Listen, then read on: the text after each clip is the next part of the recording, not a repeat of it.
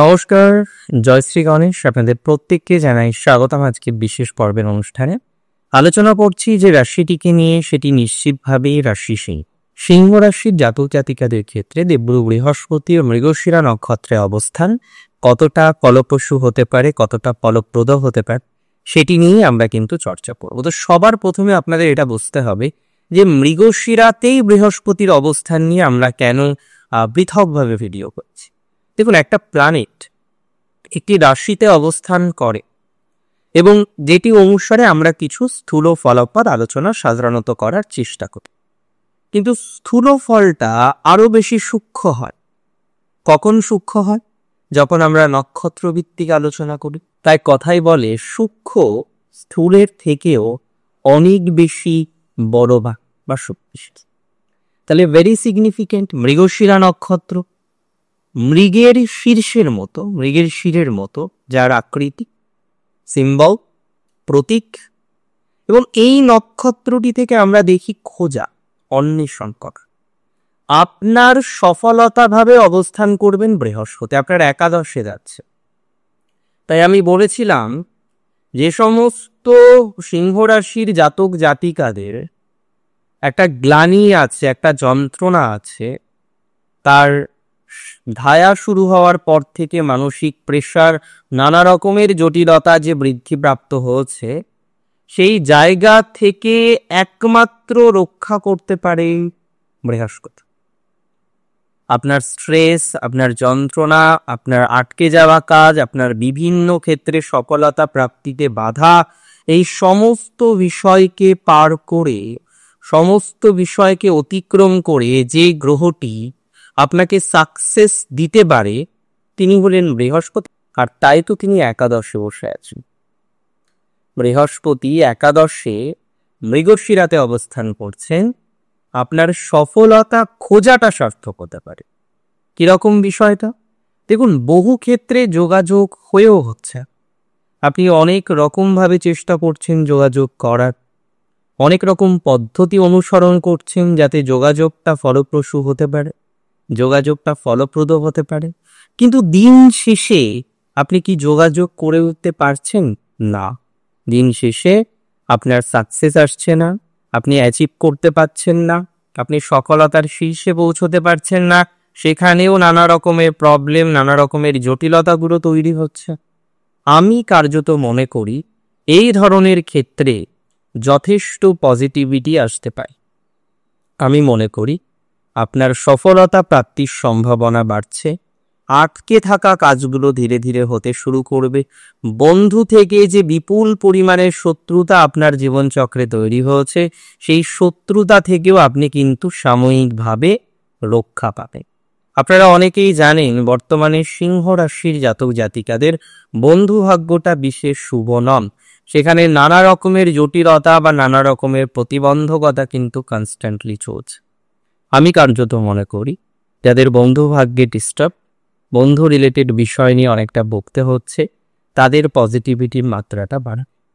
আবার ঘরের শত্রু যে মানুষগুলো আছেন, যারা নিরন্তর তাদের একটাই চেষ্টা কিভাবে আপনার ক্ষতি করা যায়, কিভাবে আপনার সাথে শত্রুতা করা যায়, কিভাবে আপনাকে স্ট্রেসের মধ্যে ফেলা যায়, তাদের থেকেও রিল্যাক্সেশন আসবে। আপনার পঞ্চমপতি বৃহস্পতি হওয়ার কারণে আপনার প্রেম, প্রীতি, ভালোবাসা, প্রণয় ইত্যাদি রিলেটেড বিষয় থেকেও সাকসেস প্রাপ্তির সম্ভাবনাটা বেশি। এই জায়গাটা নিয়ে আমি তো অনেক আশাবাদী। আমি মনে করি কার্যত রাশি যদি আপনার হয়ে থাকে নিশ্চিতভাবেই সিংহ রাশি, সিংহ রাশি প্রেম সাকসেস হতে পারে। অনেকেই হয়তো এখন সিঙ্গেল আছেন, তাদের নতুন প্রেম আসতে পারে। অনেকের ক্ষেত্রে আমরা দেখেছি যে সন্তান রিলেটেড বিষয় নিয়ে ভোগান্তি। দেখুন, পঞ্চমপতি একাদশে আসলে সন্তানের জায়গা থেকে পজিটিভিটির মাত্রাটা অনেকটা বাড়ে। তাই যাদের সন্তান রিলেটেড ইস্যুজ আছে, সন্তান রিলেটেড সমস্যা আছে, সন্তান কোনো কারণে কনসিভ হচ্ছে না, তাদের ক্ষেত্রে কিন্তু একটা ব্যাপক ইমপ্রুভমেন্টের জায়গা আমরা লক্ষ্য করতে পারি। রাশি যদি আপনার নিশ্চিতভাবে হয়ে থাকে সিংহ রাশি, সিংহ রাশির জাতক জাতিকাদের শুধু সন্তান সমস্যা নয়, প্রেমজ সমস্যা নয়, যারা অ্যাক্টিভ আছেন ক্রিয়েটিভ লাইনে, যে কোনো এক্সট্রা কারিকুলার অ্যাক্টিভিটিতে, তাদের একটা অগ্রগতির জায়গা দেখতে পাচ্ছি। সিংহ রাশির যাদের কাজ থেমে গিয়েছিল অর্থের অভাবে, বাড়ি তৈরি করতে চাইছিলেন, নতুন একটা প্রপার্টি পারচেস করার ইচ্ছা রয়েছে, কিন্তু আপনি বারবার দেখছেন সেখানে প্রতিবন্ধকতা, প্রপার্টি পারচেস করতে পারছেন না, এই সকল বিষয়ে একটা সমাধানযোগ্য জায়গা কিন্তু আসতে পারে। এবং মঙ্গল আপনার ভাগ্যপতি, মঙ্গলের নক্ষত্রেই তো বৃহস্পতি অবস্থান করবে। তাহলে যাদের এই যে 4-9 কম্বিনেশন, মঙ্গল প্রথমে থাকবেন দ্বাদশে, কিন্তু 7ই জুন থেকে রাশিতে থাকবে। এই 4-9-1 কম্বিনেশনে আপনার গৃহজ প্রবলেম মিটবে। অনেকের বাড়ির সমস্যা, বাড়ির মানুষদের সাথে নানা রকমের জটিলতা বারবার আসছে, নানা রকমের মেন্টাল প্রেশার বাড়ির মানুষদের থেকে আপনি পাচ্ছেন, এই ধরনের বিষয়ে প্রোগ্রেস কিন্তু চলে আসবে। যাদের বাড়ির লোকদের নিয়ে সমস্যা, বাড়ির মানুষদের নিয়ে সমস্যা, বাড়ি নিয়ে সমস্যা, প্রপার্টি নিয়ে সমস্যা, পৈতৃক সূত্রের সম্পত্তি প্রাপ্তিতে নানান বাধা, নানা রকম শত্রুতার জায়গা বারংবার আসছে, তাদের ক্ষেত্রে কিন্তু প্রোগ্রেস বা ইমপ্রুভমেন্ট আমরা দেখতে পাই। স্বভাবতই এই সকল বিষয় একটা প্রোগ্রেসিভ জায়গা কিন্তু থাকবে। রাশি যদি আপনার হয়ে থাকে নিশ্চিতভাবেই রাশি সিংহ। সিংহ রাশির জাতক জাতিকাদের পার্সোনাল লাইফ নিয়েও আমার মনে হচ্ছে কার্যত যে অনেকটাই অগ্রগতি বা গ্রোথ আপনারা তৈরি করতে পারবেন। সিচুয়েশনকে সেইভাবেই এগিয়ে নিয়ে যাওয়ার একটা জায়গা তৈরি হওয়ার মতো অবকাশ কিন্তু দেখতে পাচ্ছি। সিংহ রাশির জাতক জাতিকাদের ক্ষেত্রে হওয়া কাজগুলো হবে, আটকে থাকা জিনিসগুলো ধীরে ধীরে হতে শুরু করে দেব। এবং যে সমস্ত জাতক জাতিকারা একটু স্পিরিচুয়াল লাইনে আছেন, যে কোনো এডুকেশনাল লাইনে আছেন, তাদের প্রোগ্রেস হবে। সিংহের অনেক জাতক জাতিকা দীর্ঘদিন ধরেই চাকরির প্রতীক্ষায় আছেন, কিন্তু চাকরি হতে চাইছে না।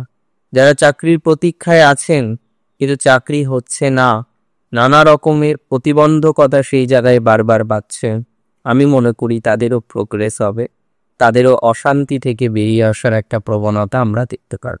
2025 মে মাসের 14 থেকে জুন মাসের 13 তারিখ পর্যন্ত যে সময়টা, সেই পর্যন্ত টাইমিং কিন্তু একটা এক্সট্রা অর্ডিনারি টাইমিং।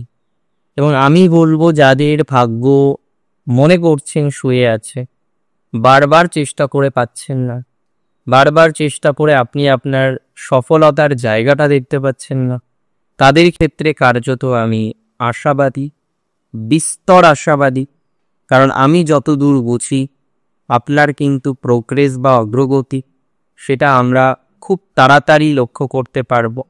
এবং এই সংযোগে আপনাকেও একটু চেষ্টা করতে হবে যাতে আপনি একটু প্রোগ্রেস বা অগ্রগতি করতে পারেন। তাতে আমার মনে হচ্ছে প্রোগ্রেস বা অগ্রগতি হবে, সিচুয়েশন অনেকটা বেটার হতে পারে বলে আমি অন্তত পক্ষে মনে করছি।